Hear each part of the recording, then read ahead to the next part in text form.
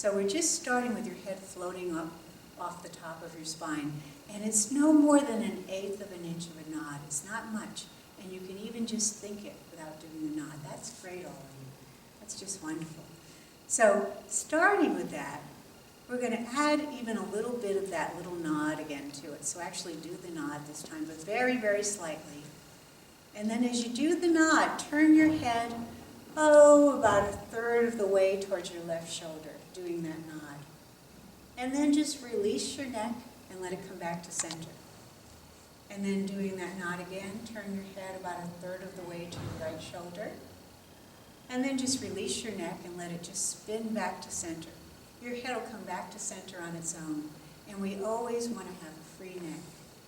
So now we're going to do little tiny head circles. So this isn't really neck circles. This is actually right up here at the top of our spine with that little tiny nod. Right up at that place you had that ease and that nod, and always paying attention to the ease up there. And noticing, did you lose the ease? Can you get that back? You're going to just draw your face almost like you were drawing a clock on the wall in front of you. Just really a little bit, just a tiny little clockwise motion. And then a tiny little motion counterclockwise. Always leaving your neck free and those feet on the ground that are grounded but buoyant like palms, balance you. Your feet a little more than hip widths apart, noticing the ease. Just let your body swivel side to side and let your arms swing and let your elbows swing freely and your arms swing out, just so you're going for the looseness. Just so you're getting rid of any idea of position and stiffness. And then come back to your arms at the side. We're going to have the end, the last phalange of your fingers lengthen out and leave the length of your arms. So we're just going to think of stretching just the last joint and last section of your fingers out. And you just let your palms be wide and wiggle the end of your fingers. And in this, they're going to wiggle, instead of wiggling in towards your palm, they're going to wiggle up the other direction. Just the ends of your fingers and your fingers following that. The ends of your fingers are going to lead it. And we're going to do the thing where you reach over to the upper inner corner of your shoulder blade, and the arm that's hanging, have that palm face you, and let your shoulder blade dangle, and as your arm dangles, your shoulder blade's going to slump a little forward and around and down. And you can wiggle the end of your fingers with this, and just feel that upper inner corner of your shoulder blade and your shoulder blade as a whole just sliding out, around, and down with your hands. You don't need to push it or anything, just feel that it moves with your fingers. And then come back up and put your hand on the other side, upper inner corner of your shoulder blade. And lean over with your palm facing the center of your body and your arm long. And just dangle and swing your arm. You can do figure eights with leading with the ends of your fingers. And just feel that shoulder blade slide out, around, and down with your fingers. And then come back up. And now put your palms together in the prayer position. And without any effort in your upper body, press your palms and fingers together and get the power of that press from widening your hips, softening your knees, which are like your lower elbows, and widening your hips and widening your butt muscles. So that's the power place for your fingers, for your hands. And then just see how easily you can move your hands with that widening, so there's no stiffening or extra work in your upper body with that. And then bring your hands back down to your sides.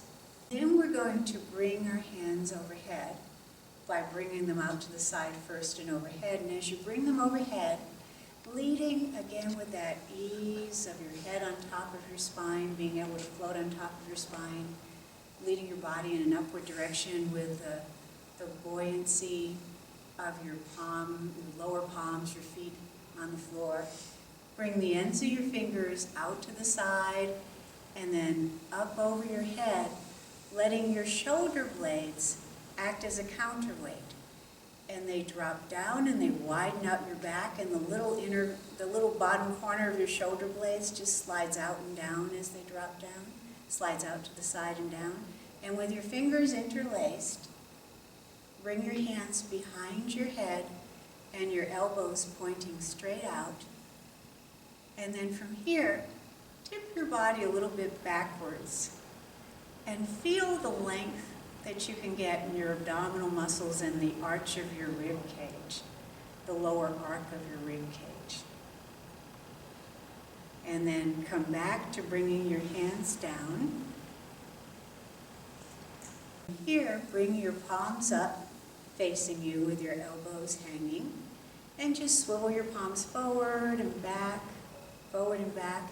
And as you're doing this, you can just include that ease of that top joint on your spine, of your head floating above that, and the length of your body.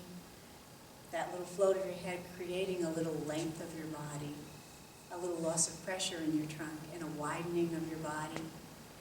And then bring your arms back down. And with your arms hanging, see if you sense the connection of your thumb lengthening with the widening across your pectoral muscles. See if you sense those widening and affecting your thumb lengthening. And then with your index finger lengthening, see if you sense the connection with your index finger and the outer upper corner of your shoulder blades. See if you sense that outer upper corner of your shoulder blades lengthening towards your index finger and widening towards your index finger. And then with your middle finger, see if you sense the center of your shoulder joint, which is a little below the top of your shoulder, right in there in the center, lengthening a little out and down and widening with your middle finger. And with your ring finger, see if you sense the outer sides of your shoulder blade widening out towards your ring finger. And with your little finger, see if you sense the bottom tip of your shoulder blade widening out and releasing with your little finger. Put your fingers on your hip joints, right at that crease where your hips and legs come together. And keeping your back long and wide, and keeping that sense of ease throughout your body. So even though I say keeping your back long and wide, there's nothing you need to do to hold it there. It's just a way of thinking of it, expanding both into length and into width. So you're not collapsing your back to do this, but you're just leaving it very expansive. Bend backwards at where your fingers are at your hip joints, and let the bottom of your hip bones, which is behind that and lower than your hip joints, let that stick out a little bit in the back. And then come back up. And now go over to your chair. And stand in front of your chair. And with your legs a little bit more than hip width apart, put your fingers again on your hip joints, and with your lower elbows here being soft and accommodating the bend in your hip joints, and your ankles being like wrists and all your feet bones being like wrist bones, and your feet being like palms, and sensing a little propulsion, a little repelling up from the bottom of your feet, where your bottom of the feet widen and have that nice connection with the ground. And again, going back to that ease where your head and spine go together. And your neck is free and your body is lengthening and widening. Bend backwards at the bottom of your hip bones, and let the bottom of your hip bones stick out backwards as you let your knees go forward. Your lower elbows go way forward, and they're going to keep going forward as you're bending. So they're going to go more forward than you think, these lower elbows. Keep them going forward. And then keep your lower elbows going more forward and a little bit apart from each other until you run into the chair. or until you pick up your instrument, depending on what you're doing. And that's the end of the warm-up.